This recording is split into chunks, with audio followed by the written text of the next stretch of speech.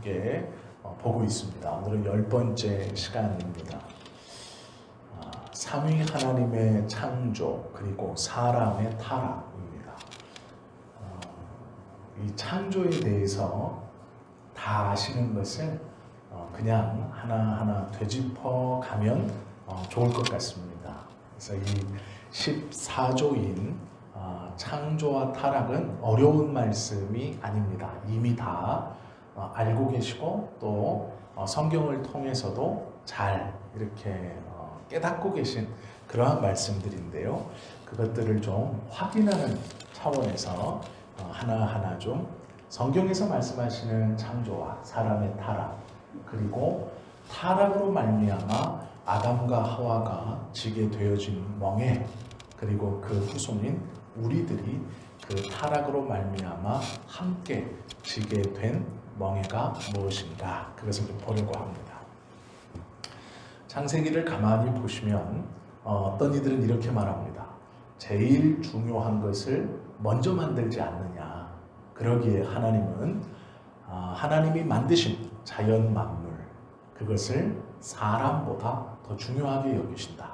그래서 사람이 자연 만물을 해치고 파괴하는 것은 하나님께서 가장 아끼는 것을 파괴하는 것이다. 이렇게 말하기도 합니다. 그리고 어떤 이는 또 반대로 그것이 아니고 하나님께서 가장 중요하게 여기시는 것은 사람이다.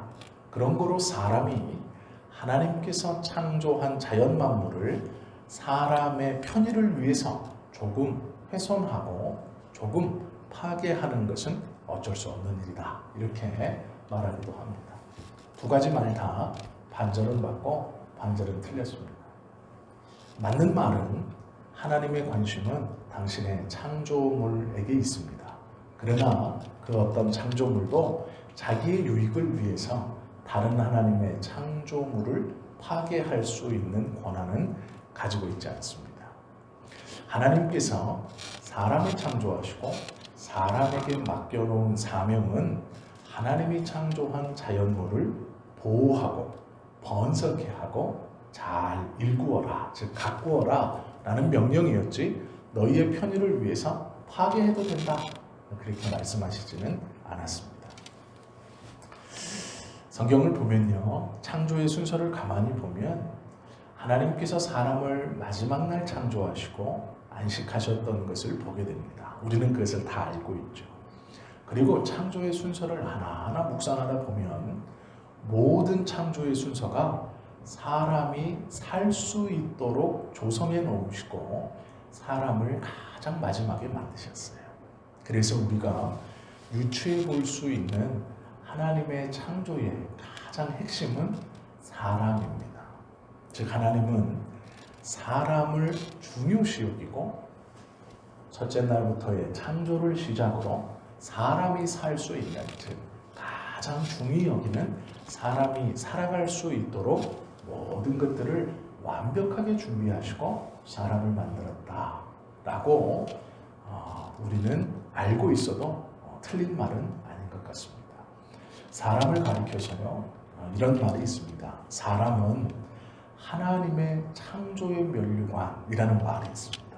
즉 무엇이냐면 하나님께서 창조하신 모든 창조물의 꽃이라는 거예요. 즉 하나님의 창조물 중 가장 귀하고 복된 것이 사람이다 라고 성경은 말씀하고 있습니다. 하나님은 창세기 1장에서요 내가 사람을 만들겠다 라고 이 의지를 먼저 표명하셨어요. 이게 무엇이 다르냐면 다른 창조물들은 의지 표명이 없습니다. 즉 무엇이냐면 빛이 있으라 하시면 빛이 있었고 즉 하나님께서 바로 말로 내어뱉으세요. 그런데 사람은 유일하게 예고를 하십니다. 내가 사람을 만들겠다. 즉 무엇인가를 만들기 이전 첫째 날부터 다섯째 날까지 모든 것들을 다 선언하셨어요.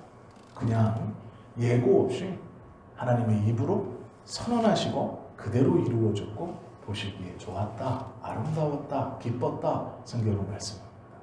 그런데 유독 사람만 예고를 하십니다. 예고.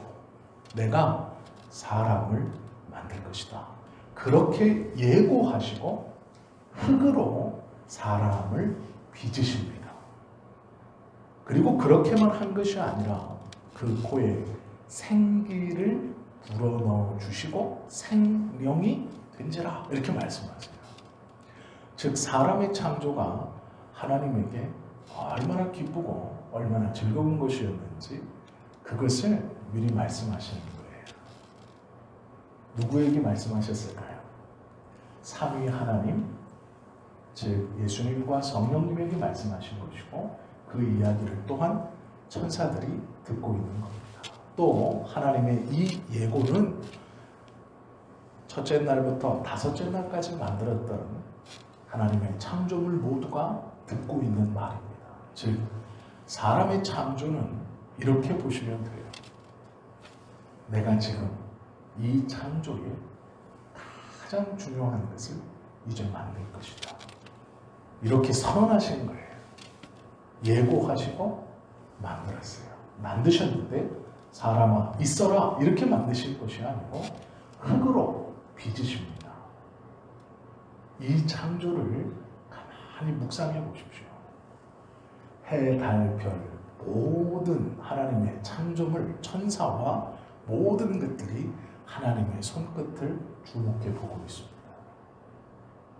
그리고 그 하나님은 자랑이라도 하듯이 흙으로 사람의 형상을 빚으세요. 빚으셨다는 것은 흙과 물을 섞어 진흙으로 만든 후 그 진흙으로 하나님의 형상대로 모양을 만드신 거예요. 즉 최고의 조각가가 최고의 작품을 창조물들에게 자랑하며 사람을 만들고 있는 겁니다. 그리고 그렇게 겉모양을 다 만드시고 만족했다 그렇게 하신 것도 아니에요. 그렇게 뽐내시듯 자랑하듯 손수 흙으로 조각처럼 빚어서 만들어 놓으시고 놀랍게도 당신의 호흡 그 전까지는 한 번도 다른 어떠한 피조물에게도 주시지 않았던 당신의 호흡을 나누어 주십니다. 그리고 그렇게 만들어진 이 생명을 사람이라고 부르십니다. 그것이 하나님의 창조의 정점이에요. 그래서 하나님은 사람을 모든 창조의 가장 중심이고 또 이 사람을 모든 창조물의 가장 으뜸으로 그리고 귀하게 여기시는 것이죠. 그것은 창조 때부터 이미 보여주신 하나님의 그 뽐냄의 솜씨에서도 우리는 충분히 알 수 있습니다. 우리가 다 아시는 것처럼 첫 사람, 그렇게 만들어주신 첫 번째 사람의 이름이 아담입니다. 이 뜻은 사람이라는 뜻이죠.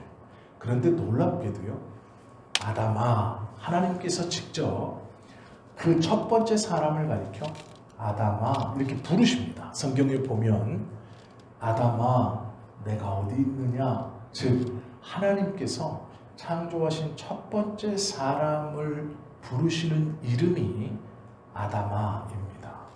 사람아라는 뜻이 되죠. 그런데 놀랍게도요, 흙이라는 히브리어가요 아다마라는 세 글자예요. 흙이라는 단어가 아다마입니다. 이거를 합쳐 부르면 아담이에요. 아담. 즉 사람이라는 뜻은 아담이거든요. 흙이라는 뜻이 아다마입니다. 이걸 무엇이라고 그러냐면 언어유희라고 그래요. 단어가 똑같지 않은데 뜻은 분명히 달라요. 땅에 있는 흙과 사람을 아담, 아다마 이렇게 명명하고 있는 거예요. 잘 보세요. 흙을 가리켜서 아다마라는 세 글자로 부르고 사람을 가리켜 아담이라고 부르셨어요.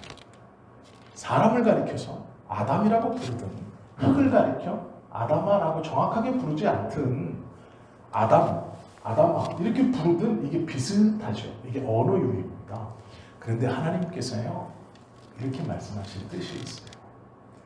성경을 가만히 보시면 하나님께서 가장 싫어하시는 죄의 출발이 있습니다.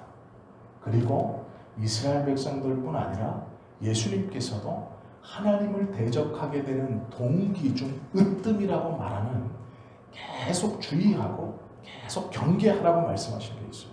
그것이 무엇이냐면 교만입니다.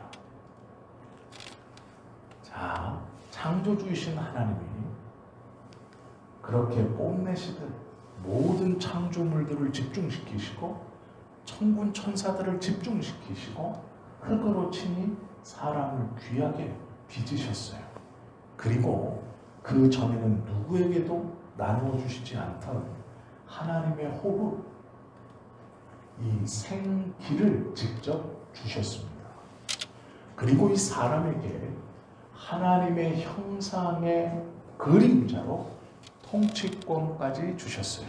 이게 무엇이냐면 하나님께서 창조하신 이 창조물의 통치권도 하나님이 주셨습니다. 누구에게? 아담에게. 그런데 그 사람을 부르는 호칭이 흙이라는 말이에요. 아담아. 흙이라는 말과 사람이라는 아담이라는 단어가 소리가 똑같습니다. 즉 무슨 말이냐면 너는 흙이다. 더 쉽게 얘기하면 많은 것을 가지고 있고 내가 뽐냄을 자랑하며 창조한 너, 창조의 으뜸인 너는 땅에 속한 자이고 나는 하늘에 속한 자다라는 거예요. 이 구분을 처음부터 주신 거예요. 즉 아담아라는 흙의 이름을 아담과 비슷하게 하신 것은 하나님께서 성경을 통해 그렇게 경계하라고 하신 교만의 출발을 금지하시고 조심하라 말씀하시는 겁니다. 아담은 흙과 같이 불리어지는 자신의 이름을 하나님의 음성으로 직접 듣습니다. 그 말은 너는 땅에 속한 자, 나는 하늘에 속한 자라는 말이에요. 이 말은 창조물과 즉 피조물과 창조자를 구분하는 겁니다.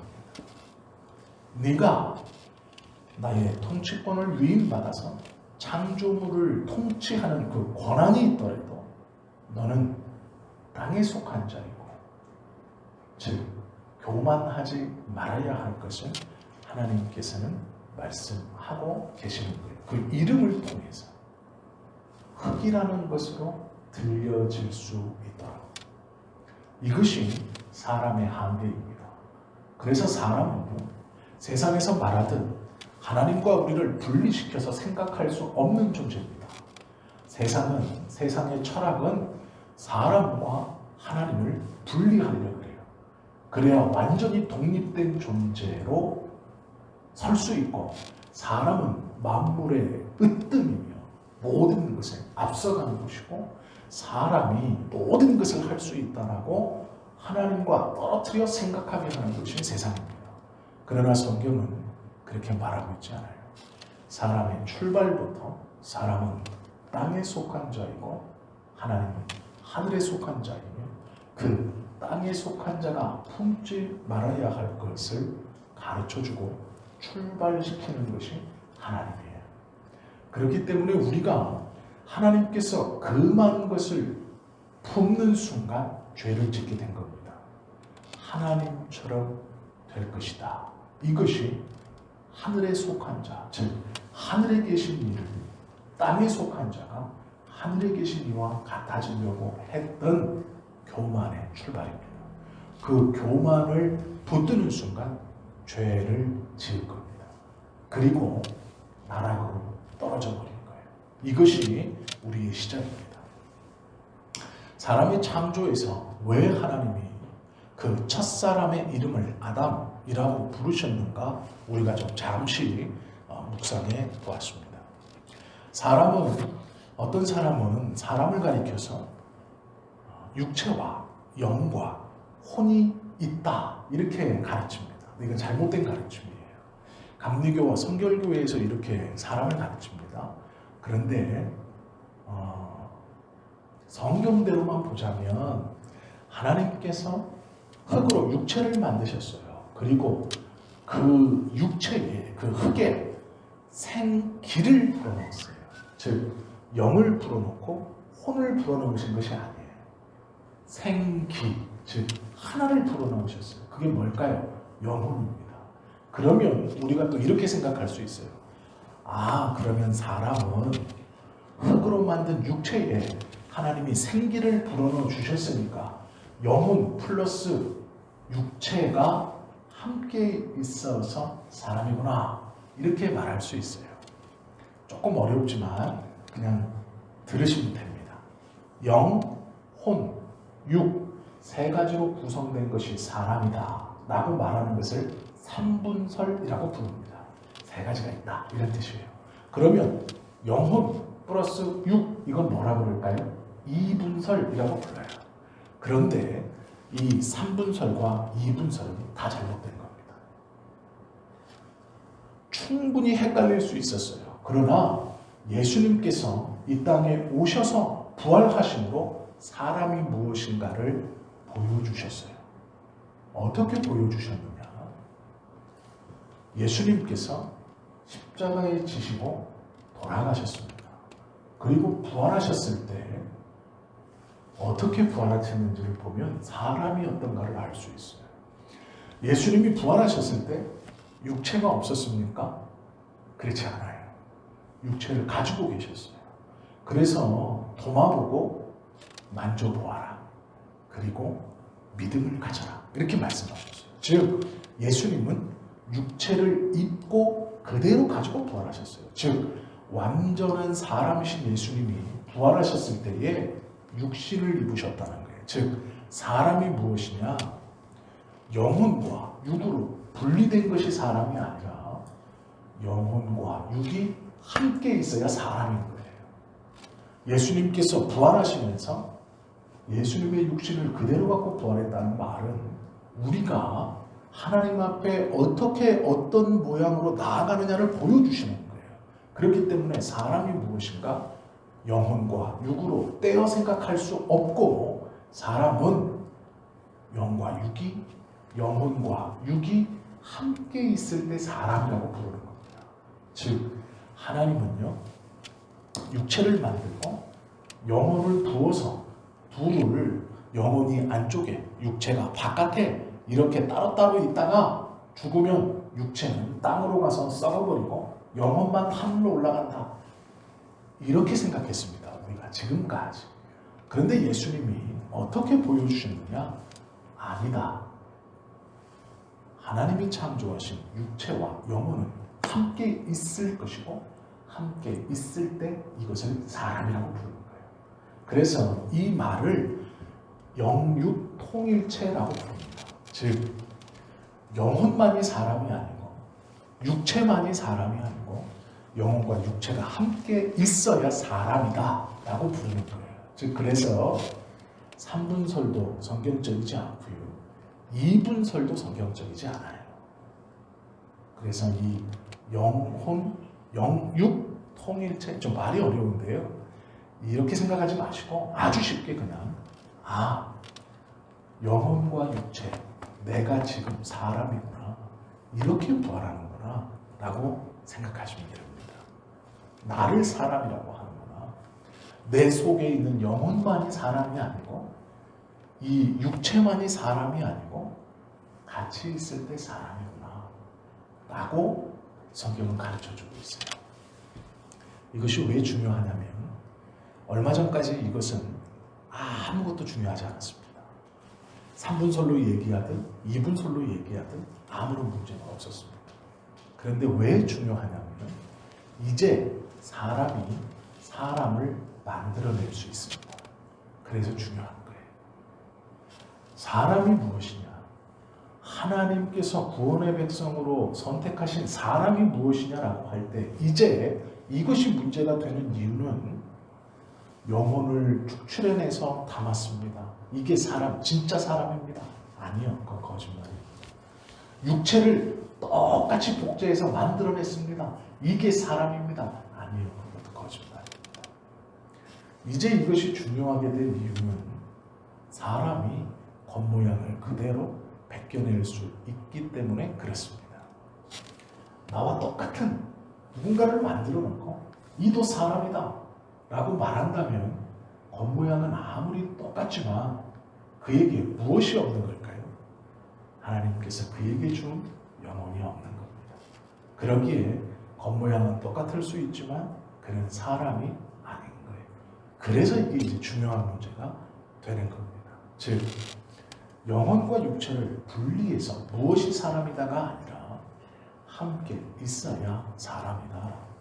하나님은 아담을 그렇게 만드셨습니다. 성경에 보시면 아담을 만드실 때 하나님이 예고하셨다라는 것을 앞에서 우리가 잠시 나눴습니다. 하나님은 사람을 만들면서 예고하셨어요. 내가 사람을 만들겠다. 그런데 어떻게 만들겠다라고 하셨냐면 우리가 우리의 형상을 따라 우리의 모양대로 사람을 만들고 이렇게 말씀하셨어요.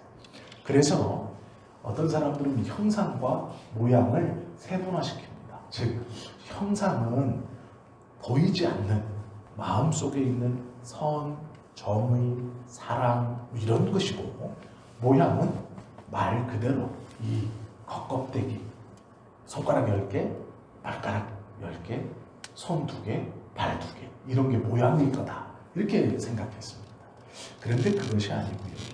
그 다음 창세기 1장 그리고 2장, 3장에 보시면 어떨 때는 모양만 어떨 때는 형상만 성경에서 기록해 놓고 있어요. 즉 이게 무엇이냐면 창세기 1장 26절에 보면 모양과 형상 이 두 가지 단어를 같이 씁니다. 그런데 1장 27절에 바로 넘어가면 형상대로 형상만 나와요. 그리고 3장의 5장 1절에 보면 하나님이 사람을 창조하실 때에 하나님의 모양대로 지으시되 즉 모양만 나옵니다. 이게 무슨 말이냐면요. 하나님의 형상, 하나님의 모양 둘이 같이 써 있기도 하고 어떨 때는 형상만 어떨 때는 모양만 쓰여지기도 해요. 이게 무슨 말이냐?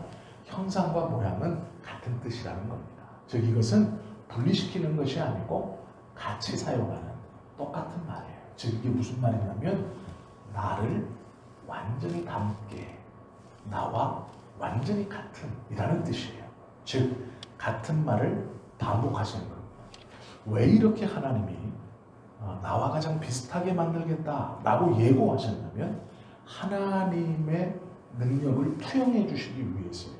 그게 무엇이냐면 하나님만 가지고 계신 지각, 즉 사물을 꿰뚫어 볼 수 있는 본질을 볼 수 있는 그 아담이 가지고 있었던 모든 동물과 식물들을 보고 이름을 지어내는 그 꿰뚫어 본질을 볼 수 있는 그 지각, 그것을 하나님만 가지고 계셨는데 인간에게 주신 거죠. 그리고 모든 창조하신 것을 대신 통치하는 통치의 권한도 주신 거예요. 즉 창조주로서 권리와 권위를 행사하는 것은 하나님만 하셨어요. 그런데 이제 그걸 누구한테 주시기로 하셨냐? 인간한테도 주신 겁니다.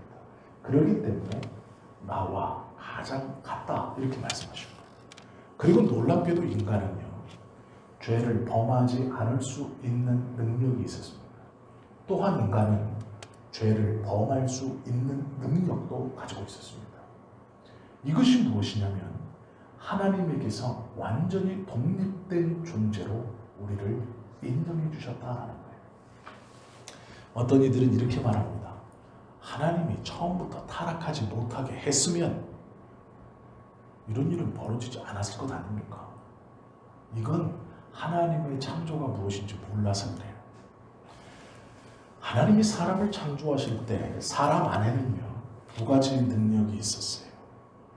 죄를 짓지 않을 수 있는 능력과 죄를 지을 수 있는 능력 2가지가 다 있었습니다. 이 능력은 놀랍게도 완전히 자유로운 독립된 인격체만이 가질 수 있는 능력이에요. 우리가 우리의 자녀들을 보시면 됩니다. 자녀를 낳았습니다. 내 마음대로 잘 클 것 같죠. 내 마음대로 다 할 수 있을 것 같죠. 아니라는 거 아시잖아요. 아니라는 거 아시죠? 자, 이 자녀가 잘못될 때, 이 자녀가 실수할 때 부모님들이 하는 얘기가 있어요. 무슨 얘기를 하나요? 당해봐야 돼. 지가 경험해봐야 돼. 말해서는 안 들어. 그런데요, 그 말해서는 안 들어라는 말, 지 인생 지가 사는 거지. 이 말 속에는요, 어떤 말이 포함되어 있냐면 내 영향력이나 내 마음대로 안 된다는 거예요. 왜요? 독립되어 있기 때문에. 내 자녀지만 그의 생각, 판단, 사고, 행동은 완전히 독립되어 있어요. 그가 나의 말을 들어서 부모의 말을 잘 참조하고 그것에서 지혜를 얻어서 잘못된 길을 안 가면 좋은 거지만 부모의 말을 무시하고 자기 고집과 자기 마음대로 무엇을 행해도 어떻게 할 수가 없어요. 왜 그러냐면 독립된 개체이기 때문에 그렇습니다. 즉 이게 무슨 말이냐면 하나님께서 사람을 만드실 때 종속의 개체로 만드신 게 아니에요. 완전히 독립된 개체로 만드셨어요. 그리고 당신의 권한도 동일하게 누릴 수 있도록 주셨습니다. 그래서 사람에게는 죄를 범하지 않을 능력이 있었습니다. 또 죄를 범할 수 있는 능력도 가지고 있었습니다. 그런데 사람은 죄를 범할 수 있는 능력을 가지고 죄를 선택했고 그로 말미암아 죄를 범하지 않을 수 있는 능력을 상실했습니다. 그러기에 사람은 타락한 거예요. 아담과 하와가 타락하면서 아담과 하와는 세 가지를 그전에는 느껴보지 못했던 세 가지를 느낍니다. 첫 번째는 수치심이에요. 아담과 하와는 부부였습니다.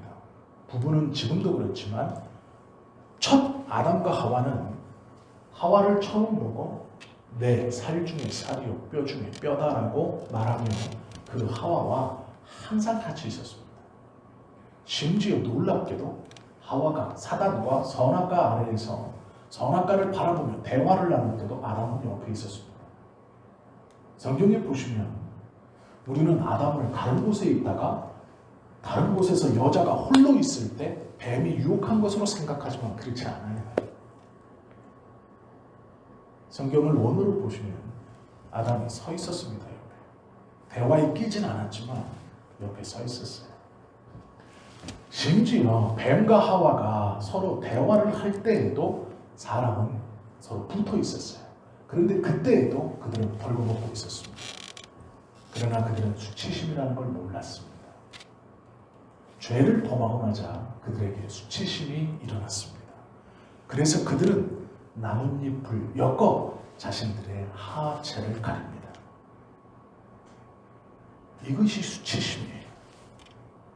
창세기 2장 25절에 보면 아담과 그의 아내 두 사람이 벌거벗었으나 부끄러워하지 아니하리라. 그런데 창세기 3장 7절에 가면 이에 그들의 눈이 밝아져 자기들의 벗은 줄을 알고 무화과나무 잎을 엮어 치마로 삼았더라 기록하고 있어요. 창세기 2장 25절에서는 부끄러워하지 않았습니다. 창세기 3장 7절에 가니까 갑자기 부끄러워졌어요. 창세기 2장 25절과 창세기 3장 7절 사이에 뭐가 있었겠습니까? 타락이 있었습니다. 죄가 있었습니다. 그러기에 그들에게 수치심이 다가왔습니다. 두 번째는 책임 전가입니다. 이게 아주 위험한 거고 아주 무서운 겁니다. 하나님께서 하와에게 물었어요. 아담에게 물었습니다. 아담아, 누가 선악과를 너에게 먹게 했느냐? 그때 아담의 대답이 아주 놀랍죠. 우리가 다 아는 것이 12절 말씀인데요. 하나님이 주셔서 나와 있게 하신 여자 그가 그 나무의 열매를 내가 주었으므로 내가 먹었나이다. 이 말씀이에요. 그런데 이것을 가만히 보세요. 하와는 우리가 아시는 것처럼 누구에게 책임을 전가했습니까? 뱀이 꼬셔서 제가 먹었습니다. 이렇게 말했어요. 즉 하와는요 책임을 뱀에게 전가합니다. 아담은 책임을 누구에게 전가해요? 하와. 그런데 문제가 있습니다. 이거를 좀 신경 써서 정확하게 알아들으셔야 되는데요. 아담은요, 하와에게 책임을 전가한 게 아니에요. 성경에서 정확하게 하시는 이 말씀을 가만히 보면 아담의 말이 이렇게 시작됩니다. 하나님이 주셔서, 이렇게 말해요. 첫 마디가요, 하나님이 주셔서. 즉 무슨 말입니까? 이 책임이 누구에게 있어요? 하나님께 있다는 거예요. 아담아, 이거 누가 먹게 했느냐? 하나님이 주셔서 나와 함께한 여자가, 이렇게 말해요. 즉 이 문맥에, 이 아담의 대답에 책임은 누구예요? 하나님이에요. 하나님이 나에게 주셨다는 거예요. 하나님이 나에게 주신 여자, 즉 책임은 당신께 있습니다. 이게 죄의 무서움입니다. 저 사람이 아니에요. 결국 하나님이에요. 하나님이 이렇게 되게 하신 거 아닙니까? 하나님이 주어서 이렇게 된 게 아닙니까? 하나님이 아닙니까? 당신 책임입니다. 이렇게 말하는 거예요. 이스라엘 백성들이 홍해를 건널 때 그들이 모세를 원망하는 게 아닙니다. 하나님을 원망해요. 당신 때문입니다. 라는 거예요. 아담이 죄를 짓고 나서 자기의 책임을 전가하는데 그 책임의 전가를 너 때문이야 라고 말하는 거예요. 너 때문이야. 당신 때문입니다. 당신이 원인 제공자예요. 당신이 나에게 좀 더 정의로운 여자를 줬더라면, 당신이 나에게 조금 더 올바른 여자를 줬더라면 이런 일은 일어나지 않았습니다. 즉 아담의 책임 전가는 놀랍게도 하나님께 전가. 이게 죄의 무서움입니다. 앞에서 우리가 잠시 나눴죠. 아담의 이름이 아담인 것은 흙을 뜻하는 아담아와 소리가 같아요. 즉 하나님께서 교만하지 말아라. 너는 땅에 속한 자다. 그런데 아담은요, 교만하면서 죄를 범했고 이제는 그 교만함으로, 즉 그 죄로 말미암아 책임의 전가를 하나님께 하고 있어요. 당신이 나에게 주셔서. 이것이 두 번째, 아담과 하와에게 나타난 결과고, 세 번째 두려움입니다. 우리가 아시는 것처럼 그 전에 아담은 하나님과 동산을 둘이서 나란히 거닐며 많은 대화들을 했다고 성경은 기록하고 있습니다. 그런데 이 타락 이후에 아담은 하나님이 무서워 숨습니다. 그리고 자신의 입으로 직접 얘기합니다. 내가 두려워 숨었나이다. 두려움이라는 것은 이 죄 때문에 아담에게 들어온 거예요. 즉 수치심과 책임 전가와 두려움이 그들에게 들어온 것이죠. 그리고 그것으로 하나님과의 관계가 그때부터 어긋납니다. 수치심, 두려움, 책임 전가. 당신 책임입니다. 하나님 책임입니다. 이것이 죄의 무서운 점입니다. 하나님에게 화살을 다시 돌리고 당신 책임입니다. 그 하나님이 두려워 피하는 것, 죄가 있는 동안에는 우리도 이럴 수밖에 없습니다. 그러기에 죄가 무서운 겁니다. 죄를 끌어안고는 하나님 앞에 두려워 나가지 못합니다. 피할 수밖에 없습니다. 그러기에 주님 앞에 설 수 없는 것이죠. 이 죄를 끌어안고는 결국 우리의 입으로 고백하는 것은 하나님의 책임입니다. 당신 탓입니다. 라는 거예요. 그러니 하나님과 대화할 수 없는 겁니다. 이 죄의 해결을 통해서 우리가 진정한 하나님과의 신뢰가 회복된다는 것을 우리는 이미 알고 있습니다. 그러면 다 알고 계시지만 죄를 통해 수치심과 책임 전가와 두려움이 임했습니다. 그러면 우리들에게 이것과 함께 무엇이 더 왔느냐? 두 가지입니다. 하나는 죽음입니다. 죄의 결과로 우리에게는 죽음이라는 것이 다가왔습니다. 원래 사람은 영원하게, 정확히 말하면 죽을 수 없는 존재로 창조되었습니다. 원래 사람은 죽지 않는 존재가 아니었고 죽을 수 없는 존재로 창조되었습니다. 무슨 얘기냐? 독이 아니었다는 겁니다. 즉 해를 끼치는 짐승이 아니었다는 겁니다. 생명을 위협하던 모든 것이 생명을 위협하는 것이 아니었다는 겁니다. 성경에 보시면 하나님의 은혜를 받고 성령을 받은 자는 이라고 나오면서 무슨 독을 마셔도 해를 입지 않겠다 이런 말씀이 있어요. 우리는 이걸 착각해서 어떻게 생각했냐면 예전에 정말로 그러한 목사님이 있었어요. 독약을, 이게 예전도 아니에요. 20년, 30년? 아니죠. 80년대니까 90, 2000년, 2010년, 30년 전에 목사님이 진짜로 독약을 마시면서 자기는 죽지 않을 거라고 장담하고 독약을 마셨습니다. 죽었을까요? 안 죽었을까요? 당연히 죽죠. 청산가리인가 알코올인가 뭐 염산을 들이마셨어요. 근데 이분이 그 성경 말씀 믿은 거예요.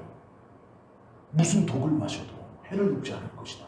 말씀을 잘못 해석한 겁니다. 이게 뭐냐면 그 말씀은 죄를 짓기 전 독약은 독약이 아니었던 겁니다. 즉 죽지 않는 인간으로 만들어 놓으셨다라는 말보다 더 정확한 말은 죽을 수 없는 인간이라는 거예요. 악어에 물리면 죽습니다. 상어에 물려도 죽어요. 그러나 그때 당시에 악어는 사람을 물지 않았다는 얘기예요. 해롭게 하지 않았다는 겁니다. 독이 아니었다는 거예요. 죄가 있기 전에는. 즉 사람은 죽지 않는 인간으로 창조하신 게 아니라 죽을 수 없는 인간으로 창조하신 거예요. 그것이 하나님의 기쁨이었습니다. 당신과 교제하는 사람은 죽을 수 없는 인간으로 하나님이 창조해 놓으신 거예요. 그러나 이 죄악을 이후로 사람에게는 죽음이 왔습니다. 그래서 우리는 어떤 독을 먹지 않아도 죽게 되었습니다. 어떤 해를 받지 않아도 죽게 되었습니다. 죽음이 우리에게 돌아왔기 때문에 그랬습니다. 하나님은 아담에게 반드시 죽으리라 말씀하셨어요. 이제는 독을 먹지 않아도 죽고 해를 당하지 않아도 죽습니다. 왜요? 죄가 우리 안에 들어왔기 때문에 그렇습니다. 두 번째는 전적 부패입니다. 죄를 짓지 않을 수 있는 능력이 우리에게 있었고 죄를 지을 수 있는 능력이 우리에게 있었습니다. 그러나 아담은 죄를 지을 수 있는 능력으로 죄를 짓지 않을 수 있는 능력을 상쇄시켜버렸습니다. 그리고 사람은 죄를 짓지 않을 수 있는 능력을 상실했습니다. 그러기에 사람에게 남은 건 오로지 죄를 지을 수밖에 없는 능력입니다. 그러기에 우리는 전적으로 부패할 수밖에 없고 죄를 짓지 않고는 살아갈 수 없는 존재가 된 것이죠. 그것의 악순환으로 죄는 우리에게 더 크게, 죽음은 우리에게 더 빨리 다가오게 된 것입니다. 더 많은 수치심, 더 많은 두려움, 더 많은 책임 전가가 우리에게 이런 것이죠. 이것이 사람의 현 주소입니다. 이 사람을 가리켜 하나님과 따로 떼어서 설명하려고 하는 세상의 학문과 세상의 시각은 잘못된 것입니다. 그러면 그럴수록 더 사람은 급속도로 부패하게 되고 완전히 타락할 수밖에 없습니다. 우리는 이미 완전히 타락한 존재가 되었습니다. 죄를 짓지 않을 수 있는 능력을 상실한 자가 된 것이죠. 그래서 우리는 다시 죄를 짓지 않을 수 있는 능력을 부여해 주신 하나님께로 돌아가야 합니다. 그 돌아가는 길에 유일하게 내가 생명의 문이다 라고 선언하며 이 땅에 오신 예수 그리스도를 믿어야 하는 것입니다. 하나님께서 창세기에서 우리들에게 들려주시는 사람의 창조와 타락, 그것은 이미 창세기 3장에 선언해 놓으신 원시복음, 그리고 그 원시복음을 실행하시려고 이 땅에 오신 예수 그리스도, 그분을 통해서 우리의 타락과 다시 회복되어짐이 무엇인가, 그리고 회복되어지는 길이 무엇인가를 성경은 정확하게 말씀해 놓고 있다라는 것이죠. 사람이라는 존재는 철저하게 하나님 안에서만 생각되어져야 합니다. 그때에만 회복의 길을 찾을 수가 있습니다.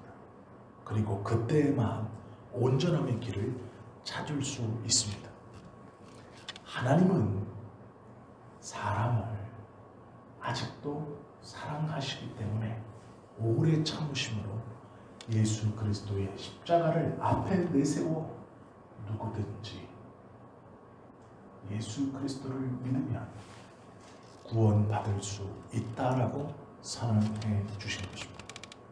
그리고 우리는 너무도 고맙고 너무도 감사하게도 그 구원의 초청에 하나님께서 예정하심으로 이미 들어와 하나님의 백성이 되어 있는 자들입니다. 하나님의 창조와 인간의 타락의 결과를 우리가 잠시 함께 나누었습니다. 성경을 보면서 하나님의 창조가 이것이구나, 그 창조에서 우리를 얼마나 사랑하셨는가를 다시 느끼고 죄라는 것이 얼마나 무서운 것인가를 우리가 다시 한번 철저하게 깨닫고, 왜 예수 그리스도만을 통해서 하나님께 나아갈 수밖에 없는가, 내 개인적 고행과 수도로 다른 종교라고 말하는 것에서 부르짖는 그것으로 왜 구원의 길에 나아갈 수 없는가, 그것을 우리가 철저하게 깨달아야 할 것입니다. 이것이 하나님의 지혜입니다. 감사하게도 우리는 이 지혜를 이미 받았고, 몰랐던 것을 아는 것이 아니라 알고 있는 것을 되짚는 것이기에 더 빨리 성령의 은혜로 깨닫고 붙들 수 있게 된 것입니다. 그래서 우리가 더 크게 하나님한테 감사할 수 있는 조건이 하나가 더 생긴 것이죠. 하나님의 말씀이 꿀송이보다 달다. 주님의 말씀이 내 영을 깨어나게 하며 성경을 통해 하나님 앞에 더 가까이 나아갈 수 있으면, 성경은 성경으로 우리에게 하나님에 대한 모든 것을 이미 활짝 열어 깨달을 수 있도록 그 길을 보여주시고 있기 때문에 그렇습니다. 우리가 열심으로 하나님의 말씀을 읽고 그 말씀을 깨닫는다면 하나님께서 우리에게 베풀어 주신 귀한 은혜를 더 크게 감사하며 살아가실 수 있을 것입니다.